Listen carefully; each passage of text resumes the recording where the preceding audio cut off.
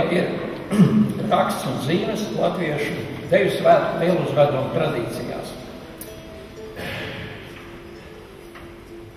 Pati dziesmu svētku esamība un deju svētku esamība caur gadu desmitiem atnākusi pie mums kā mūsu identitātes, kā mūsu tautas pastāvēšanas tāds pārlaicīgs rituāls. Un šajos svētkos mēs izjūtām vienotību un varētu teikt, ka mēs vienmēr dziedot dziesmas domājam arī par to, ka mēs joprojām esam. Šajā sakarībā es gribu pievērsties rakstam, kuru Brastīņš iesāk pētīt un kam ir, manuprāt, īpaša nozīme. Raksts, rakstīt, rakt. Rakt lietuviski nozīmē iegravēt, iedobt, veidot zīmes kādā materiālā. Tā Konstantīns Karols. Tātad atstāt pēdas. Rakstā ir ietverts simbolisks vēstījums. No raksta izaug rakstība. Rakstā ietvertas skaitliskas nozīmes. Raksts pēc savas uzbūves un iedarbības visu sakārto un apvieno. Raksts ir mūsu kopā saucējs. Rakstā rit valodiņa, rakstā rit dejas solis. Rakstā liek spriguli darbus darot.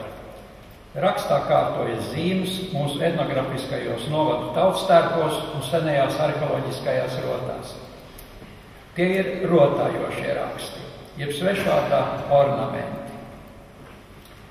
Raksts, rakstība, tas arī mūsu raksturs.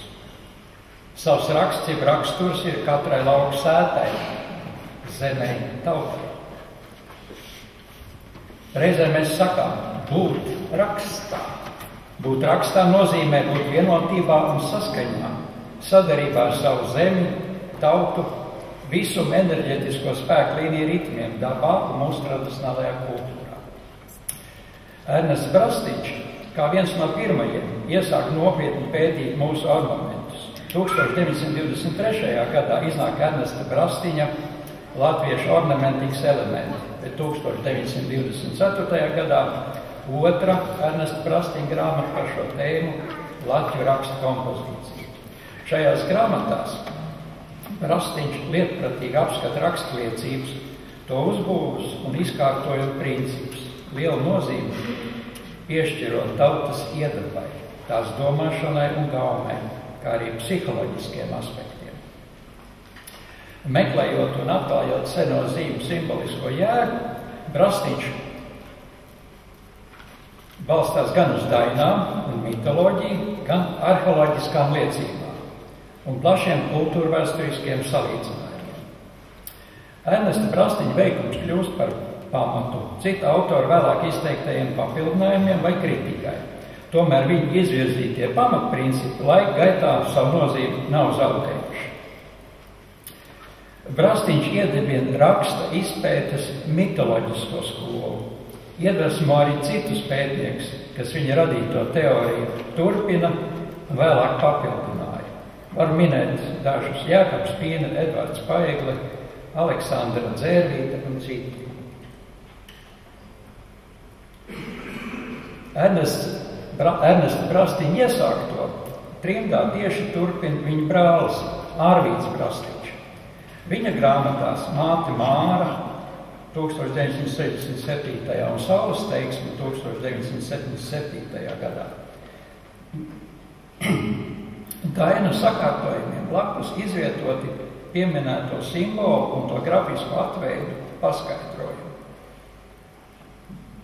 Daudz vietu turpinot un piekrītot, tomēr arī ļoti būtiski papildinot. Tā skaitā tas attiecināms uz dievturības pamatzīmēm un, varētu teikt, simboliem, kas veido mūsu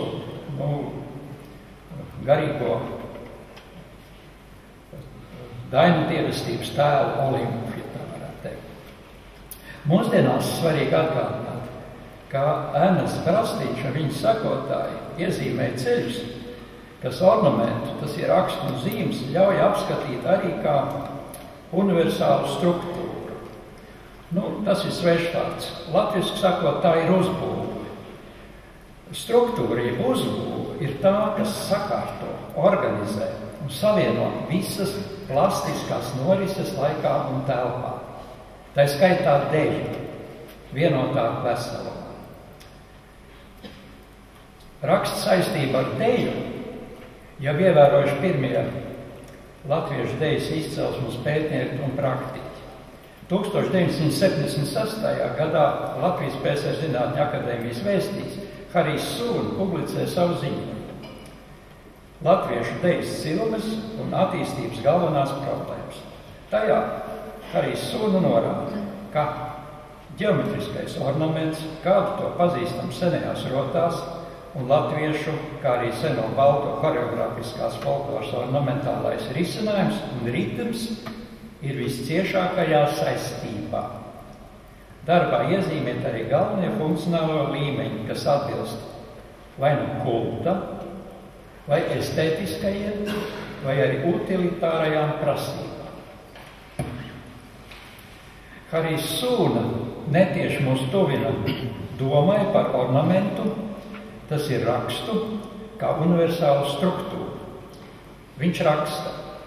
Tāpat nemazums ir vārdu raksts, rakstīt, divējādās ornamenta un diešanas nozīmes. Bez tam tiek uzsvērts šo abu nozīmi kopējais pamats. Lūk, kāda dājuma.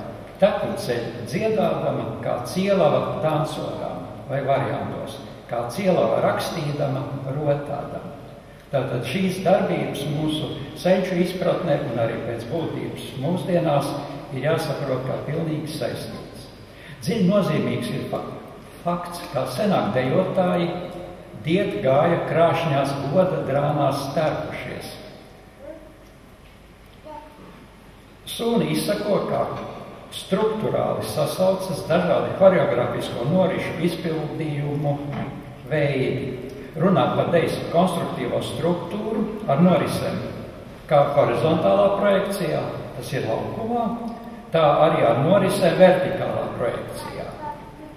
Citādi beigas. Latviešu jaunatnes 2x2 nometnes izdevumā, Roosevelt nometne Perī, Ohio, 1973. gads. Apskatīdams latviešu tautas deju raksturu un īpatnības, Arnolds Bāliņš raksta. Deju formējumi un gājieni mūsu dejā ir izteikti simetriski. Iekavās skatu pielikumu ar latviešu rakstiem, kurus izmeklējusi Rīga. Iekavsiet. Tālāk varam saskatīt 3 pamatformas – krustu, aplīju dārziņu, 4 stūri vai kvadrātu, ne tik bieži parādās astotnieks zalatis. Neapšaubāmi formas un gājienus raksturo noteiktība, loģika un pakāpenība. Lai labāk izprastu mūsu deju raksturu, jāsaprot arī motīvi, kāpēc un kādos gadījumos tautas dejas ir dejotas. Vai tās dejotas tikai priekam?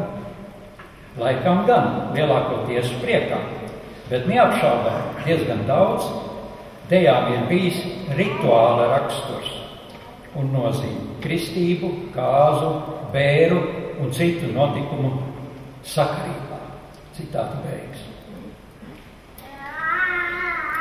Pirmie deju svētki Latvijā notika 1937. gadā.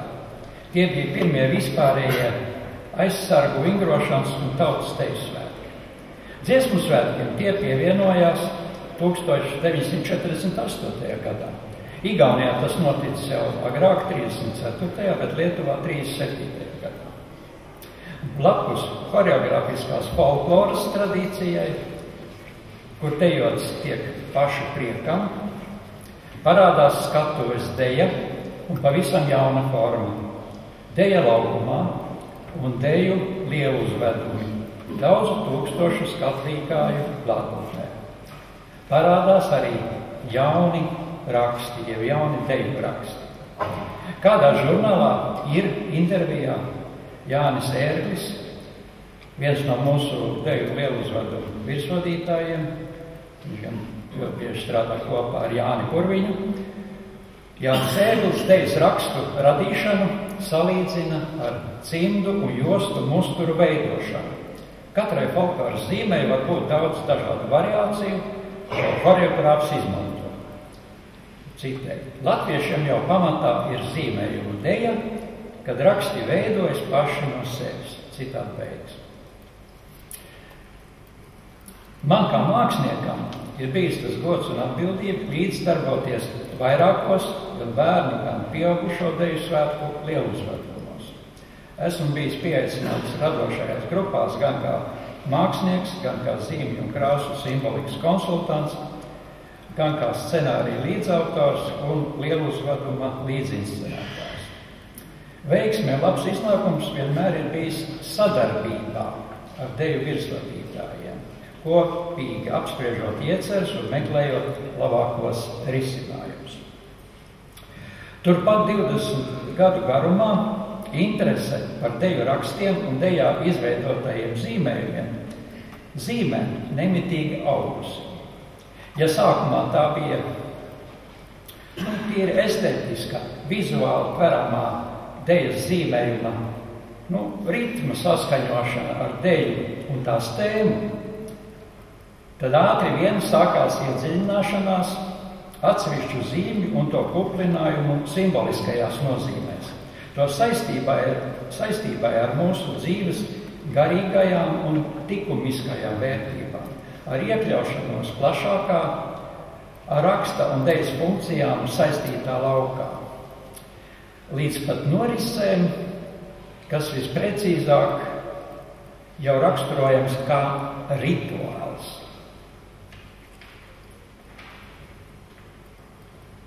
Lai skatītāji varētu labāk sekot notiekošajam laukumā, līdzīgi kā tas ir operas programmiņā libretu pastāstot, blakus programmas tekstam radošās grupas sāka gatavot katram lieluzvadumam attiecīgās tēmas tulkojumu zīmēs. Citiem vārdiem sakot, deju rakstu un zīmju koncepciju ar attiecīgajiem paskaidrojumiem. Un pēdējos dziesmu deju svētkos programmiņa ar tai vēlāk pievienoto lielkoncertu televīzijas ierakstu jau ir kā patstāvīgs multimediālas pieejas latviešu mūsdienu kultūras produkts. To var iegādāties katrs, kas vēlas vēlreiz tāpat kā deju svētkos brīvi sekot deju norisēm laukumā, ļaujoties raksta un zīmju skaistumam un nemitīgās to mainības burvībai. Daži vārdi par tradīciju. Savā grāmatā Latvija, viņas dzīve un kultūra, par tradīciju kultūrā Ernests Verastiņš raksta. Tradīcija dod tautām iekšēju vienību un sakarību starp bijušām, topošām un nākošām paaudzēm. Viņas ir tās, kas gādā par kādas tautas garīgās attīstības nepārtrauktu turpināšanos bez lēcieniem un nejaušībām. Tradīcija ir tā, kā tautas atmiņa, kuras dēļ tauta var izsargāties no agrākajām kļūdām. Gluži kā cilvēka nepārtrauktā apziņa un atmiņa glabā pagājušo laiku pieredzējumus un atziņas, lai tās nebūtu ikdienas par jaunu jāpiedzīvo un jāatkārto. Tā arī tautām viņu tradīcijas glabā to, ko tauta atradusi par labu un nemaldību. Tradīcijās var uzkrāties gadu tūkstošu veci atskārtumi un atziņas. Tradīcijas dod dzīvei un kultūrai stingrumu. Taču tradīcija piekopt vēl nenozīmē dzīvot tikai uz pagātnes rēķinu. Tradīcija ir dzīva, tā grib dziļi elpot to pašu gaisu, kur ieelpojam mēs. Tai vajadzīgs mūsu laikmeta pieaudzinājums un kuplojums. Lai kāda veca tradīcija nenokalstu, tā vienmēr jāaplaista svaigiem ūdeņiem. Citādi beigas. Tas pilnā mērā attiecināms arī uz rakstu, ornamentu, raksta zīmēm. Raksts un zīmes nāk no tradīcijas. Tradīcija palīdz nenomaldīties, taču tradīcija dzīvo tikai tad, ja nemitīgi no jauna tiek apgūta un interpretēta atbilstoši katra laikmeta izvirzītajiem garīgajiem uzdevumiem, māksliskajiem izaicinājumiem, praktiskajām iespējām un tam līdzīgi. Nav šaubu, ka senātnē latvieši nedejoja tik lielā pulkā, kā tas ir mūsdienu stadionā. Nebija arī televīzijas, internetu un daudzie skatītāji tūkstoši un pat miljoni. Mūsu uztveres un pastāvēšanas mērogi ir palielinājušies. Tie ir 20. gadsimta izaicinājumi un iespējas arī mūsu kultūrai. Un uz tiem ir attiecīgi jāatbild. Vērtības, kas ietverts mūsu garīgās tradīcijas zīmēs un teju rakstos, tagad ir iespējams paust daudz plašāk un iespaidīgāk nekā senatnē. Bet tas taču ir ieguvums. Tā ir viena no tām izpausmēm, kas kopīgā pārdzīvojumā saliedē. Tas Ernesta Krastiņa un mūsu sapnis, ka daudz ir tapuši viens, tapuši tauta. Jā, tad nobeigumā. Dēļ jau pēc savas sākotnes ir saistīta ar rituālu. Un sīkāk ar to var iepazīties arī mūsu deju svētku programmiņās. Un Krastiņš vienmēr ir uzsvērs mūsu tautiskās nacionālās kultūras īpašo nozīmi valsts un tautas pastāvēšanā. Interesanti, ka dāņu režisora Kristena Delholme sakarā ar viņas Vāgneru Rienci iestudējumu Latvijas Nacionālā operā saka kādā intervijā. Bijām patiešām laimīgi, ka 2013. gadā notika lielie dziesmu deju svētki. 15,000 dejotāji, ko mēs ar horeogrāfu Jonu Skulbergu redzējām, bija tik pārsteidzoši, burvīgi, iespaidīgi. Kostīmi, krāsas, ornamenti, tas bija neticami skaisti un tik precīzi. Ne kaut kas vecmodīgs, kaut kas no muzeja, bet dzīva tradīcija. Un tālāk viņa intervijā saka, arī diktatūras rada ornamentus, bet tiem ir pavisam cits raksturs. Tas, ko viņa šeit redzēja, ir ļoti poētisks nacionālisms, gandrīz pārpasaulīgs. Latviešu kultūra tā, un mūsu dzīves nāk no senās baltu dzīvziņas un rāda mūsu dzīvziņas garīgos mērogus, dziļumu un spēku, un nākuši no baltu kultūras aizvēstures un indo-eiropeiskās kopības laikiem. Raksti un zīmes, to simboliskās vērtības arī šodien ir dzīves, nozīmīgas un vajadzīgas. Tas ir mūsu senās pasaules redzējuma vērtības, tas ir mūsu kultūras, tā ir dievestības vērtības, mūsu tradicionālās kultūras, mūsdienu vērtības. Tādēļ es saku, būsim rakstā, kā Ernesta Krastiņš būtu teicis, sevis dēļ, cilvēces dēļ, Dieva dēļ. Paldies!